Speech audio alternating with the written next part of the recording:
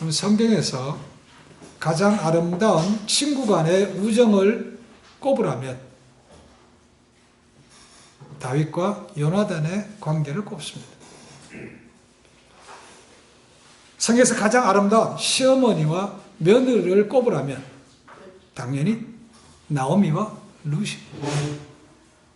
자, 그러면 성경에서 나오는 사람들 가운데 아버지와 아들의 좋은 관계는 누구라고 생각하십니까?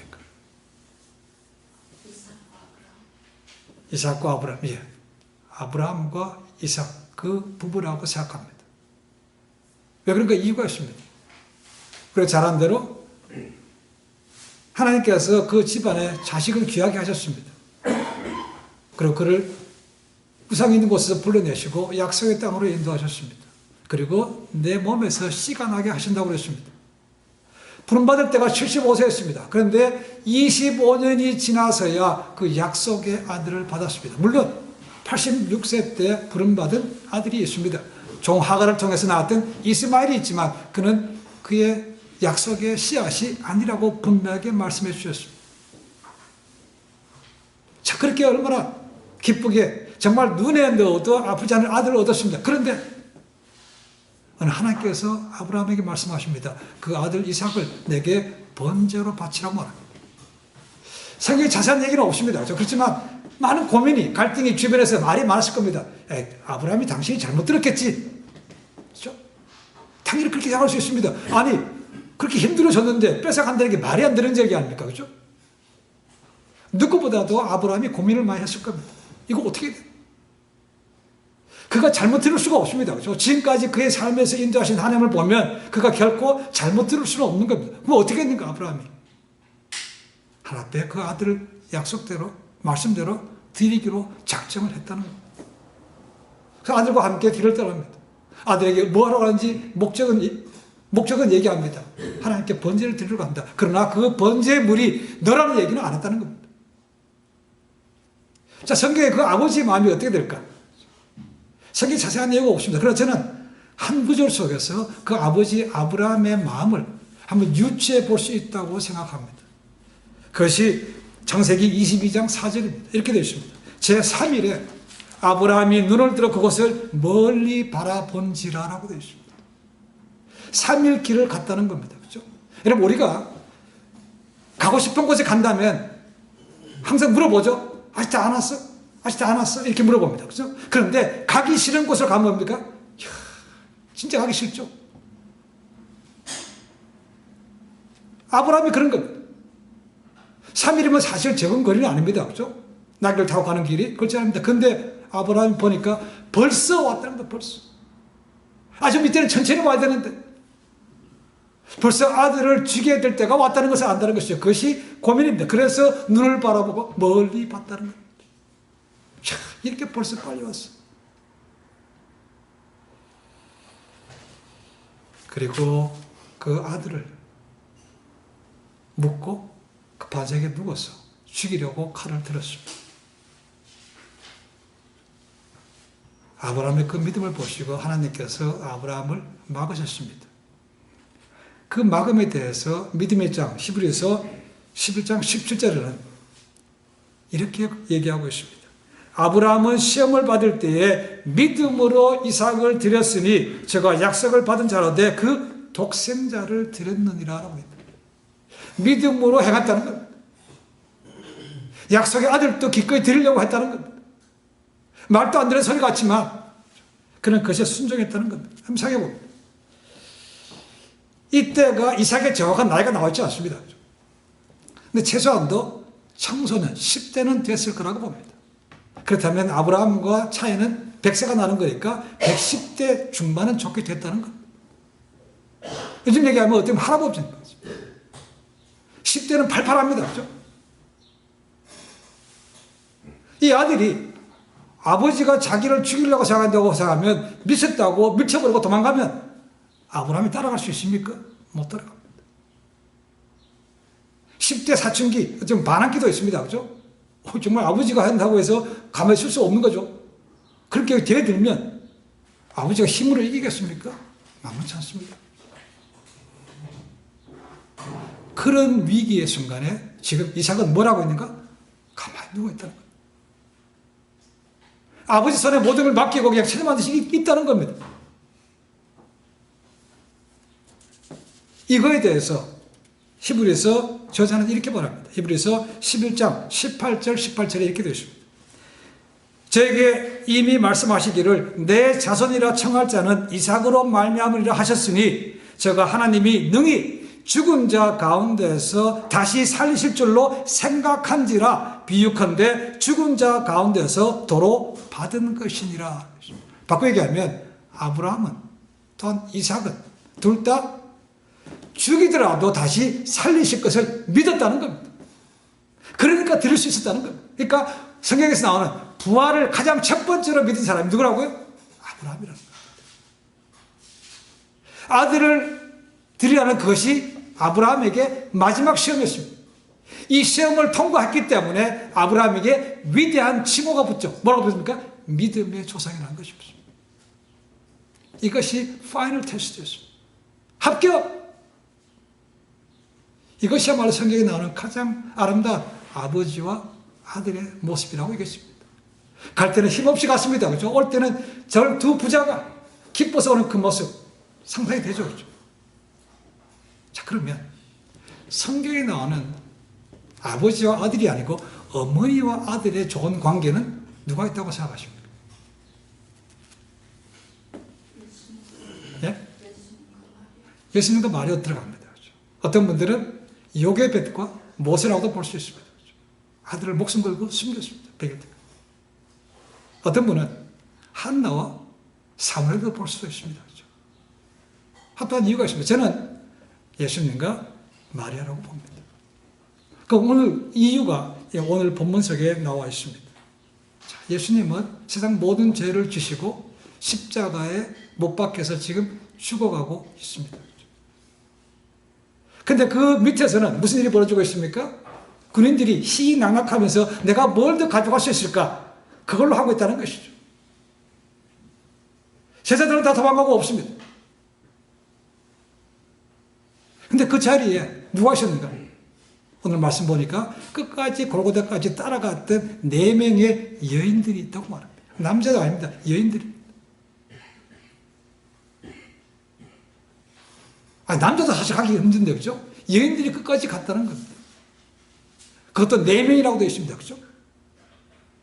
어머니 마리아와 이모와 글로바의 아내 마리아와 그리고 막달라 마리아라고 되어 있습니다. 마리아가 무려 3명이 나옵니다.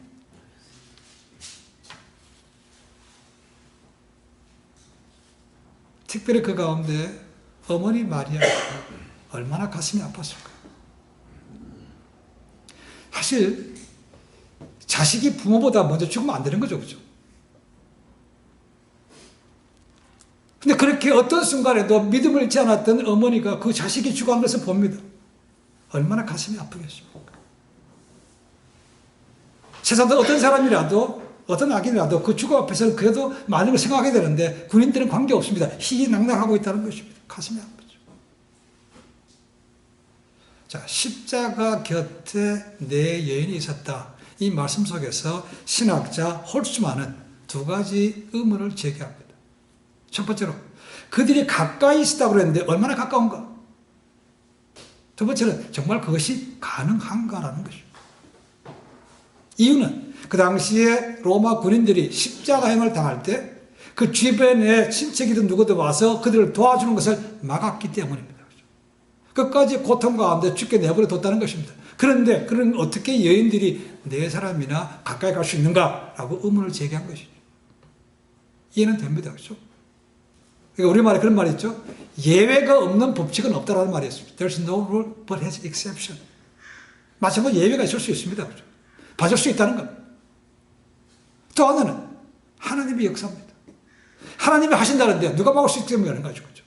그렇게 생각한다면 충분히 4여인이 갈 수 있다고 볼 수 있습니다.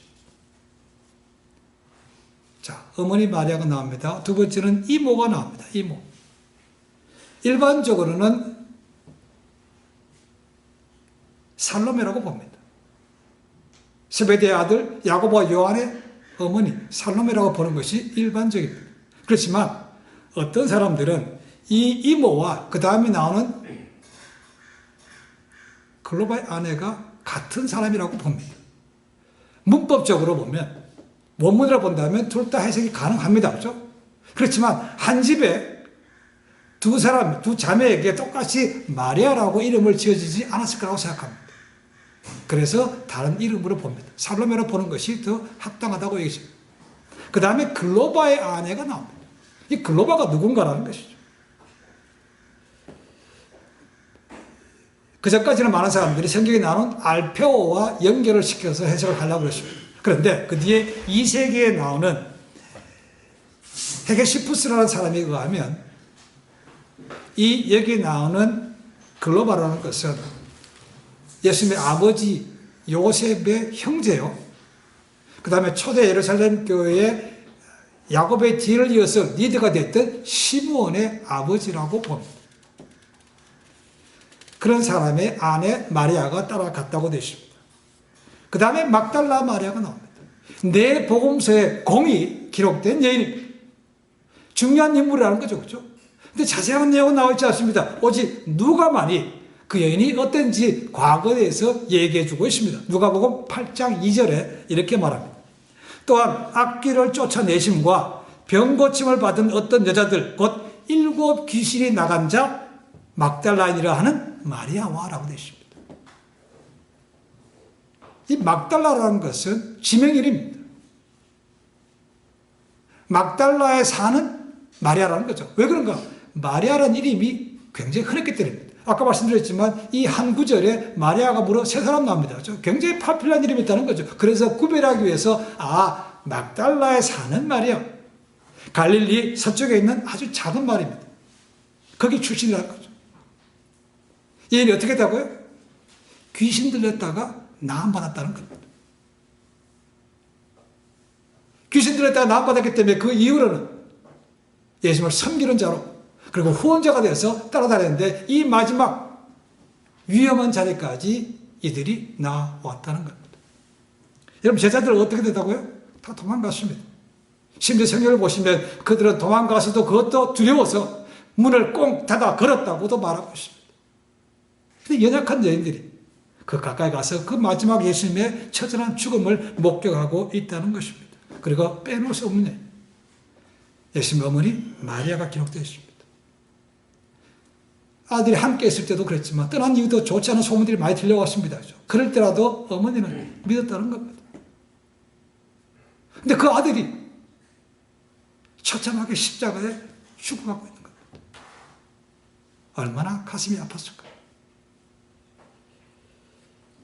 예수님은 그 십자가상에서도 그 어머니를 잊지 않았다는 것을 오늘 본문에서 볼 수 있습니다. 예수님은 하나님의 아들입니다. 이 세상을 구원할 구세주입니다. 성령으로 잉태가 되었습니다. 그러나 마리아의 태 속에서 10달 동안 있었습니다. 마른 해산 고통을 통해서 그 아들을 낳았습니다. 그리고 젖을 먹였습니다. 그에게 마음도 가르쳤습니다. 걸음마도 시켰습니다. 그리고 손수 쥐어서 밥을 먹였습니다. 교육도 시켰습니다. 그가 공적으로 생활하기 30대까지는 간집에서 모자재 안으로 잘 지냈다는 겁니다. 근데 예수님은 지금 이제 오셨던 곳으로 다시 가야만 됩니다. 그 어머니가 앞에서 울부짖고 있습니다. 마리아는 지금 뭐라고 있습니까? 가슴이 미어집니다. 그렇죠?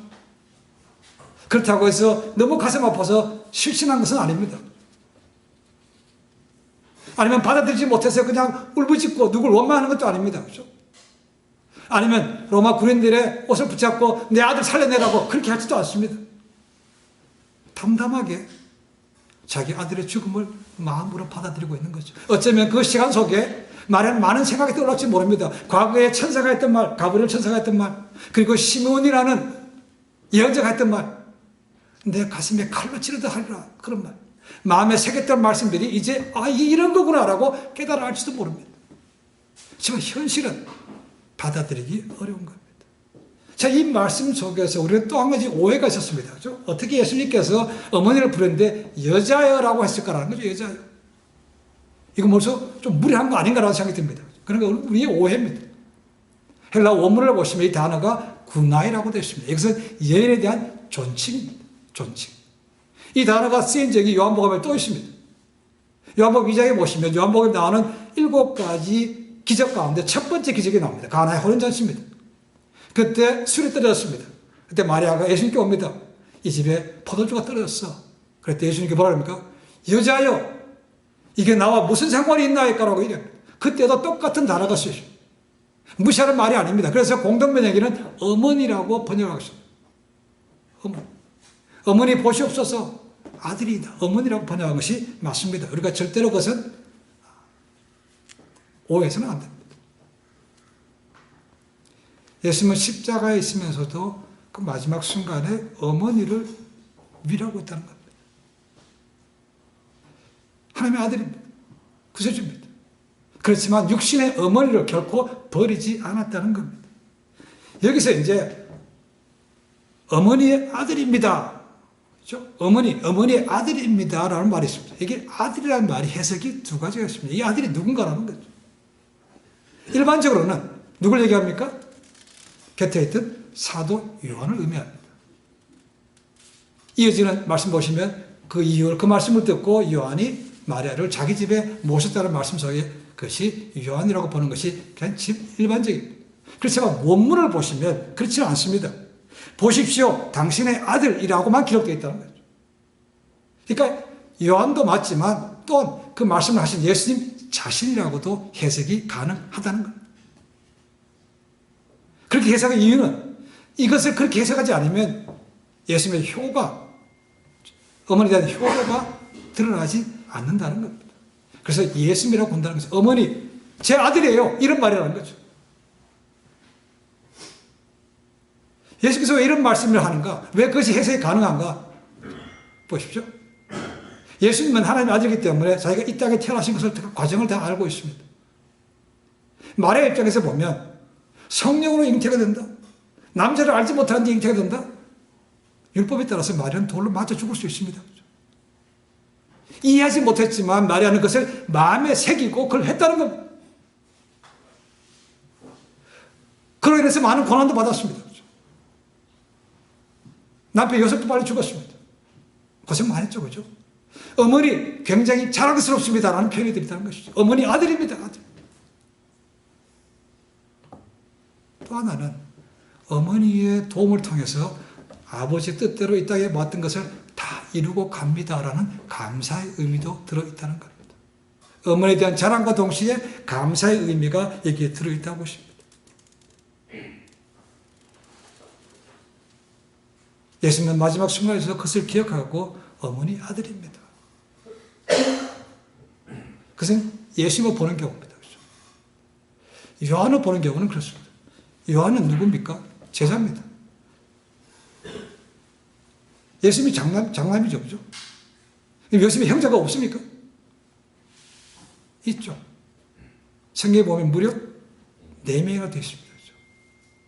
성경에 나오는 야고보, 유다, 그리고 시몬, 요셉 4명이 더 있습니다. 그런데 왜 예수님은 그 동생들에게 어머니를 안 맡기고 사도 요한에게 맡겼는가? 그죠? 그들을 못 믿어서 하는 것도 있을 겁니다. 그죠? 이 말은 어머니 요한을, 이 사도 요한을 어머니 양자로 삼으십시오라는 의미도 들어있는 거죠. 자, 이런 생각해 보면 예수님께서 평소에 가지고 계셨던 가족이라는 개념을 생각해 보면 요한에게 맡길 수 있다는 것을 생각해 볼 수 있습니다. 마태복음 12장 46절 이하를 보시면 예수님께서 무리들과 함께 있을 때 어머니와 그 형제들의 있음을 보고자 왔다고 그랬습니다. 그렇죠? 그랬더니 예수님께 뭐라고 합니까? 가족을 얘기합니다. 마태복음 12장 48절부터 50절 말씀 이렇게 되었습니다. 누가 내 모친이며 내 동생들이냐? 나의 모친과 나의 동생들을 보라. 누구든지 하늘에 계신 내 아버지의 뜻대로 하는 자가 내 형제요 자매요 모친이니라 라고 되어 있습니다. 나중에 물론 야고보와 유다는 예수님을 구세주를 믿고 하나님 앞에 귀하게 쓰임받는 일꾼이 되었습니다. 그때까지는 아니었나 봅니다. 아직 부활하는 것을 보지 못했겠다. 그래서 자기를 믿었던 사랑하는 제자 요한에게 받겠다는 거죠. 어머지 양아들입니다. 그 말이죠. 요한은 부모가 없습니까? 당연히 있죠. 그때부터 요한은, 이 순간부터 요한은 자기 어머니와 마리아를 같이 모신 겁니다.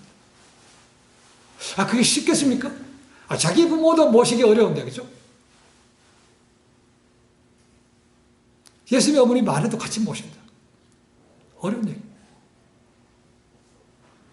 그리고 그의 성격이 어떻습니까? 성경에 요한의 별명이 뭐라고 되어 있습니까? 성격이 불같아요. 그래서 별명이 뭐라고요? 우레의 아들이라고 되어 있습니다. 억하는 것이라는 거죠. 그런데 어떻게 어머니 둘을 같이 모십니까? 라는 거죠.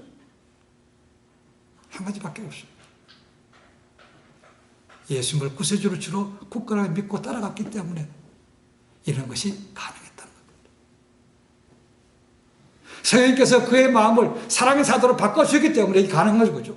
그렇지 않으면 어떻게 욱욱하는 사람이 두 어머니를 모십니까? 한 어머니도 제대로 모시는데 못 모시는데.